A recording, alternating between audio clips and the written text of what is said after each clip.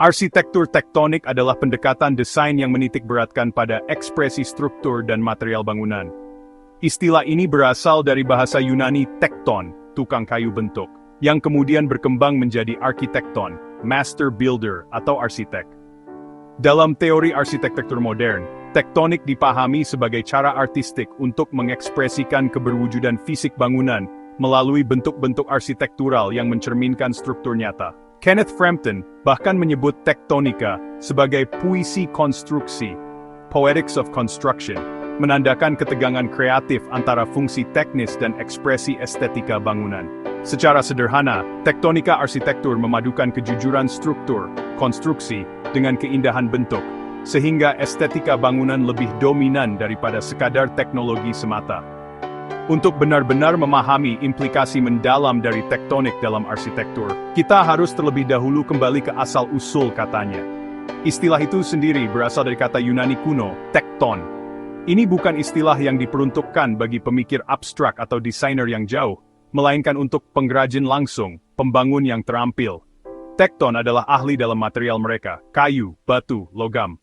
Intinya, arsitektur tektonik adalah cara mendesain yang sangat jujur. Ini adalah pemikiran yang mengatakan bahwa sebuah bangunan harus menunjukkan dengan jelas bagaimana ia dibangun dan terbuat dari apa.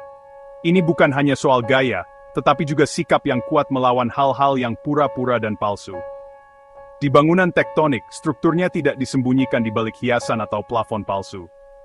Cara balok bertemu tiang, cara dinding menopang beban, cara atap menutupi ruangan, momen-momen pembangunan ini tidak disembunyikan, tapi dijelaskan dengan jelas dan punya tujuan. Bahan dibiarkan berbicara sendiri, tekstur asli, warna, sifat-sifatnya. Prinsip kejujuran ini tidak hanya soal menunjukkan bagian-bagian struktur. Ini menuntut agar pilihan bahan dan cara membangun harus sangat terkait dengan bentuk bangunan. Bangunan kayu harus terlihat dan terasa seperti terbuat dari kayu, sifat-sifat garis kayu, keahlian sambungan. Bangunan batu harus menunjukkan kesan berat, kokoh, merayakan cara batu digali dan dipotong. Bentuk ruangan dan siluet bangunan muncul langsung dari susunan bagian-bagiannya yang logis dan ekspresif. Ini adalah arsitektur yang jujur, dan keutuhan bangunan terlihat jelas dari keberadaannya. Konsep tektonik melampaui aspek teknis dan fungsional bangunan. Ini mengangkat tindakan konstruksi menjadi bentuk seni, memberinya potensi ekspresif dan simbolis. Inilah yang sering saya sebut sebagai puitika konstruksi. Bangunan itu menjadi puisi yang ditulis dalam batu, baja, dan kayu. Ayat-ayatnya ditemukan di kolom, bait-baitnya di teluk, dan rima-rimanya dalam sambungan yang berulang. Dimensi puitis ini muncul dari artikulasi sadar akan logika struktural bangunan. Ketika sebuah kolom dengan jelas menyatakan perannya, atau ketika balok terlihat menunjukkan fungsinya, elemen-elemen ini melakukan lebih dari sekadar melakukan tugas. Puitika konstruksi ditemukan dalam perayaan realitas fundamental ini. Sambungan misalnya, menjadi situs penting ekspresi puitis. Pendekatan ini menciptakan hubungan yang lebih dalam antara penghuni dan bangunan.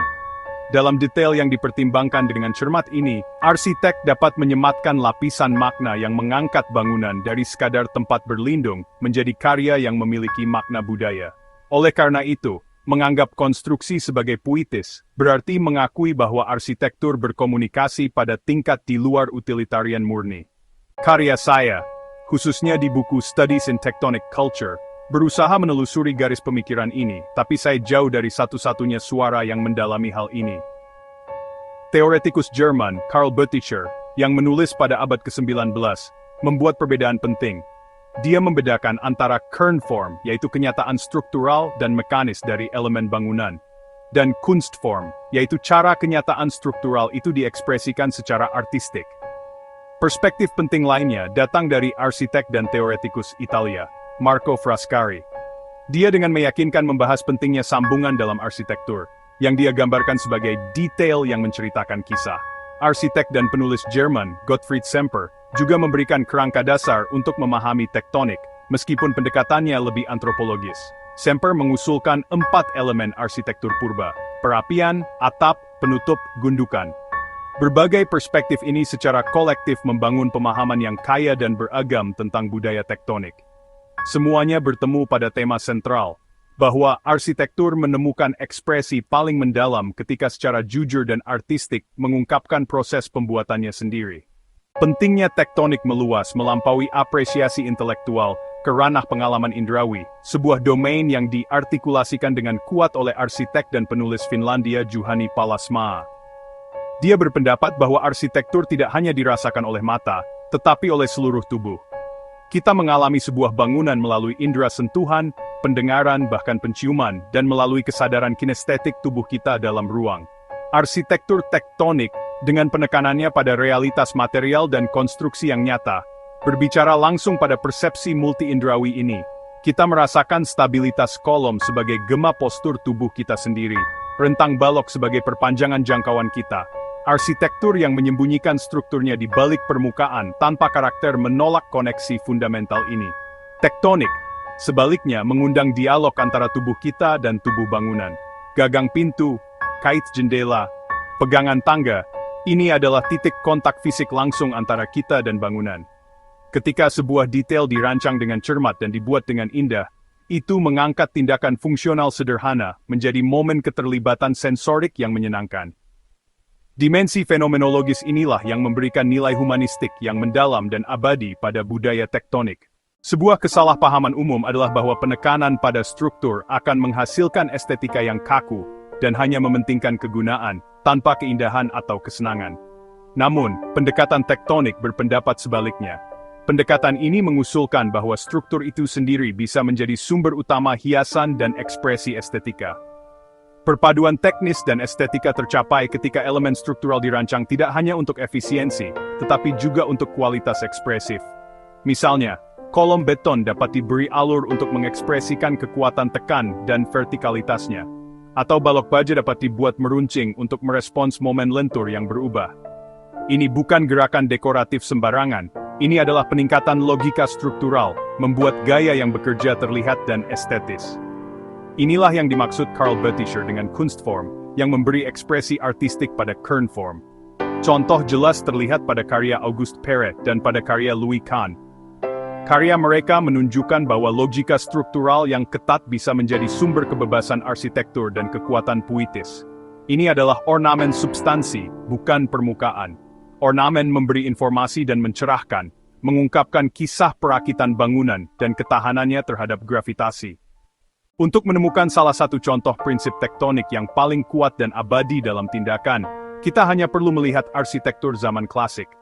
Kuil Yunani kuno, terutama yang bergaya Doric, berdiri sebagai teladan agung ekspresi tektonik.